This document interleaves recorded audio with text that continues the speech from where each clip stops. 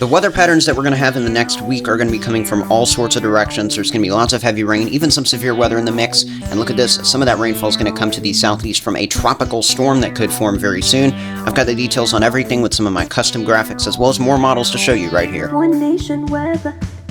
The maps I used right there in the intro and the ones on screen right now are from WeatherBell, my partner right here at One Nation Weather. If you want to check out their free trial link, it is right down there below in the description to this video. Also, if you have not already, consider subscribing to this channel after at least watching this video and kind of seeing how I do my forecasts if you want more consistent, accurate, and educational videos in the future. Let's get right into this one here, and we're going to start with that mid-level jet stream from our GFS model. It's a little bit different. I normally start with the European model, but here we are, and as we go to the upcoming weekend, I think this model does a great job of showing us where we're going to have some of those pulses of jet stream energy. There's not really anything that screams out for severe weather. However, where I'm zooming in and drawing that line right now, this is where we have a dip in that jet stream about 15 to 20,000 feet on up there into the atmosphere. You see some of those blues in the Ohio Valley, and then we've also got some additional blues over there towards the immediate east coast. Right in between there, that's kind of where that dip is. And overall through this entire region, if you're east of that curve line that goes through Indiana, Kentucky, Tennessee, you are going to have a pretty good chance of thunderstorms as we kick off the upcoming weekend. Here we go through the end of the weekend and towards next week. We see a few changes to the jet stream.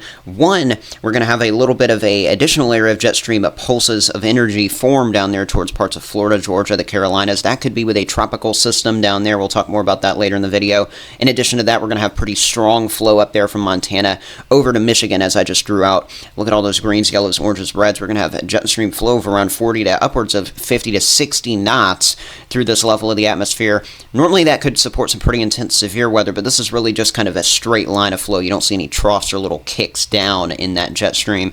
That jet stream flow and a little tropical system there near the southeast, that could be a pattern we have for quite a while into next week. Let's go ahead and take a look at how this pattern unfolds with our future radar overview. Now we're looking at that European model, really just putting down a better job of precipitation than I think the GFS does, and look at those fine details that I mentioned earlier. It's almost as if I had looked at these models already today, which I have. Indiana, Kentucky, Tennessee, points eastward over there to the mid-Atlantic and southeast. We have that chance of thunderstorms Friday afternoon on our August 2nd. If you have any plans late on our Friday, definitely be prepared for some of those storms. A few of them could pack a punch with some gusty winds. That will be the main threat out of anything that goes severe. Not much of a hail threat, not much of a tornado threat, although neither one of those can be fully ruled out at any point this time of the year, right? Here we go towards our Saturday, August 3rd. More storms over a lot of the same areas. A little bit more confined to the East Coast, though. We've now got Indiana, Kentucky, Tennessee more out of the picture for those storms at this point. Anywhere from Florida up to Maine, some pretty solid chances Saturday. Also Saturday evening, watching some storms up there in the Dakotas and Minnesota. You can see some of that action moving from northwest to southeast throughout the evening and overnight there into our Sunday, when we've got more storms in a lot of the same areas. This will definitely begin to elevate those flood threats there along that immediate coastline from Maine back down to Florida, especially near Florida, Georgia, and the Carolinas, where we're going to have quite a bit of this tropical moisture Sunday afternoon into the evening sitting around.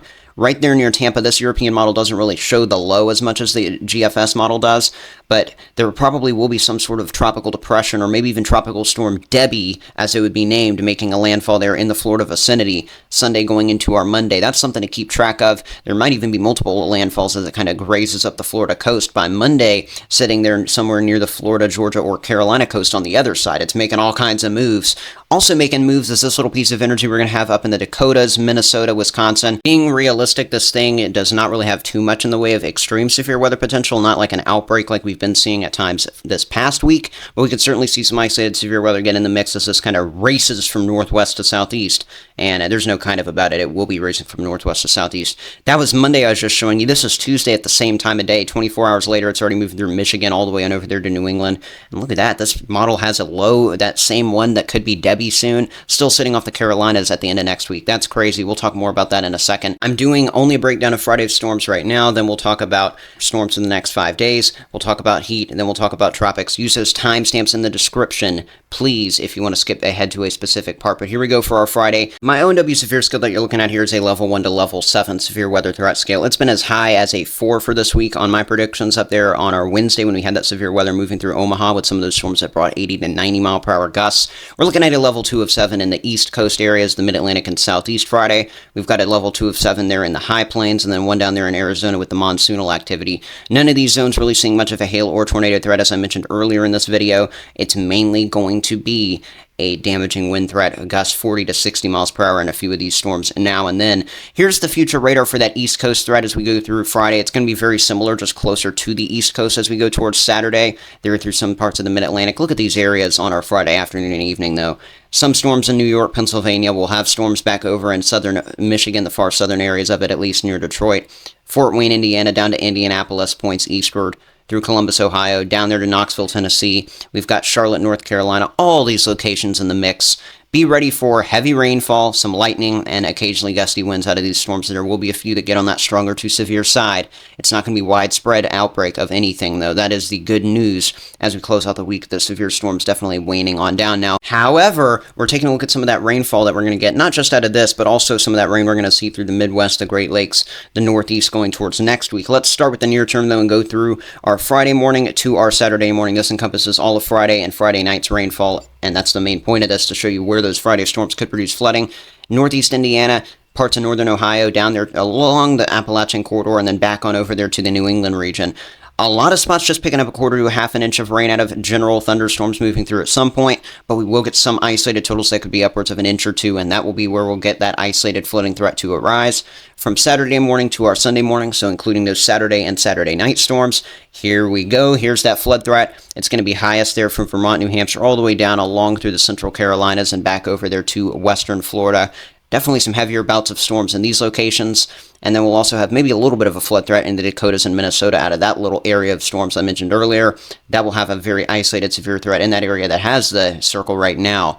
Saturday going into our early Sunday. From there, we're going to continue to watch areas of rainfall across the north central USA. We're going to be watching, by the way, that flooding down there in Florida that I'll focus on a little bit more in a minute. So Sunday going to Monday, that's when that will be. Also from Sunday going into our Monday, look where some of that heavy rain will be from Montana down there to Wisconsin and Michigan. It is a stripe of rain from Sunday afternoon heading into our Monday morning and mid-afternoon. We're going to see things race from Montana all the way over to Michigan with that heavier stripe of rain and thunderstorms, but it will definitely pack a punch with half an inch to an inch of rain in a quick period of time. That could put down some isolated flooding, especially once those totals try to get closer to 2 to 3 inches in southern and central Wisconsin.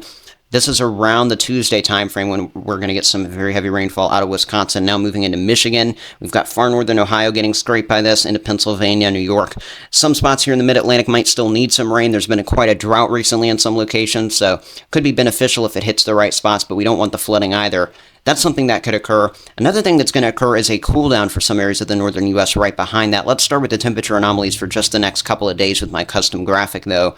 This is our Friday going into our Saturday. Much warmer than average temperature-wise on up there in the Pacific Northwest and most of the northwestern United States. The only exception for cooler than average temps there in Texas and right around the Ohio Valley, where we're going to be kind of behind that piece of energy bringing the thunderstorms. And really, those thunderstorms are the only thing keeping the temperatures down. Once we go towards the back half of this upcoming weekend into the start of next week, we start to see things cool off as that rainfall moves through Montana, now over into the Dakotas, Minnesota, Wisconsin. Warmer than average by quite a bit, though, there in the Central Plains. That looks to be the peak spot for above average temperatures during that time frame. And then as we go towards the midweek time frame in next week, the warmer anomalies remain pronounced for some parts of the central and southern U.S. But now look at that. At least the northern third of the U.S., even including some parts of the Northeast, quickly behind that little band of rain getting in on that cooler than average air. Those slightly deeper blues indicating temperatures that could be around 10 degrees below average for this time of the year. We're not going to see that whole cool down move as far south as the Gulf Coast, I don't think, though, and that's partially because that tropical system is going to be lingering around with all its moisture down there. Let's look at those temperatures day by day, those high temperatures for our Friday, August 2nd. Look at this. This is that little area, the cooler than average temperatures I showed you just a moment ago. Parts of Michigan, Illinois, Indiana, Ohio, we're looking at temperatures only in the low to mid 80s. I'll be surprised if people are complaining about those if you hate the heat, because we've been near 90 in a lot of these locations recently. The heat index has been even higher. Where you can complain more, though, back over here in the west, triple-digit heat as far north as Montana. Down here in the southeast U.S., it's going to feel like the triple digits even if you're not already in them. Although I say that, we're going to be near 100 through a lot of Texas, Arkansas, Louisiana, Mississippi on Friday, feeling even higher, 105, 110. Please take breaks, get indoors if possible. If you don't have air conditioning or you know someone who doesn't have air conditioning, make frequent checks on yourself or that person or those people. Here we go towards our Sunday. Look at these temperatures. Warmer than average for a little bit of the central U.S., and you can really see that there in Nebraska, Kansas, Oklahoma. That's where it's going to be the most noticeable. well into the 100-degree range there in Kansas. Some triple digits that are fairly normal for this time of the year in the southwest U.S. Some 80s and 90s, a little bit more seasonable there in the east, but still a little warmer than average in spots. Once we get towards Monday, now we're going to go ahead and skip to our Tuesday. Look at these noticeable differences up here in the far north central U.S., heading towards the midpoint of next week. This is Tuesday. It's going to be pretty similar Wednesday as well. If you're north of Des Moines, Iowa, north of Chicago, Illinois, you're going to be in the 70s. It is going to be really nice up there, or at least nicer than I think it has been up there. Now, if you hate the cooler than average here, then maybe this is not for you. But maybe you can move down to Kansas if that's the case, because it's going to be 105 in some parts of Kansas, Oklahoma, Texas, Tuesday afternoon and evening. The heat is going to be relentless. What's also being relentless now, the tropics are starting to heat up. If that's it for you, thank you so much for watching this video. But for those of you interested in the tropics, let's get right into that with Invest 97L. 7 days, 70% chance now of development as of the mid-afternoon update on our Thursday. It's Thursday evening as I film this video. This thing now looking like it's going to actually cross over Cuba and enter the Gulf of Mexico. That's unlike initially expected. Florida, Alabama, Georgia, the Carolinas. I want all of you guys on alert. Virginia, even up there to the mid-Atlantic. This thing has a possibility of really going anywhere once it gets past the Florida coast.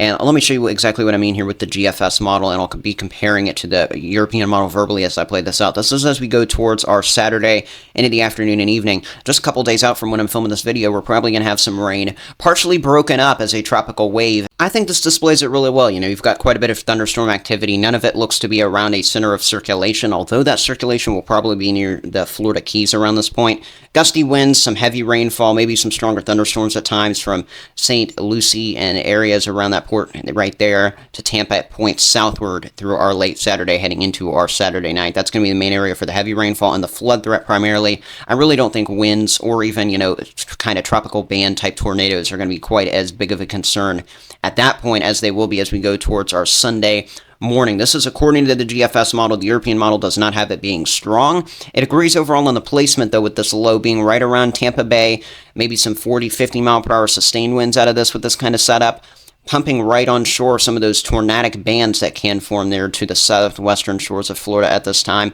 Not a huge system. The east coast of Florida, a lot more spotty in some of that rainfall. Still an isolated severe weather chance with this kind of setup, though, being on the southeast side of a strong low like this.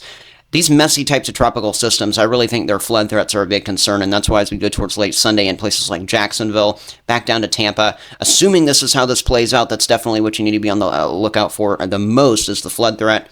Tornado threats, severe weather threats, those will probably be secondary to all this rain.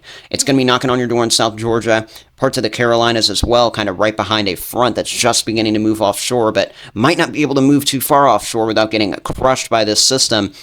It's going to be very interesting how this system interacts with the front. If the front gets away quickly, this thing might be able to make a run just further inland without even touching the water again like this model shows. However, most models do have it kind of getting stuck on the front and then sitting around here somewhere off the Carolina coast, the Georgia coast, in this general vicinity. So if you live anywhere from Jacksonville, Florida, up there to, say, Virginia Beach, heading towards next week, this thing could curl back into Georgia or Florida. This thing could move up to you in Virginia Beach. It is very uncertain, but it does look like there's going to be very heavy rainfall and flooding threats going out of the weekend in Florida and then to other parts of the southeast coast of the U.S.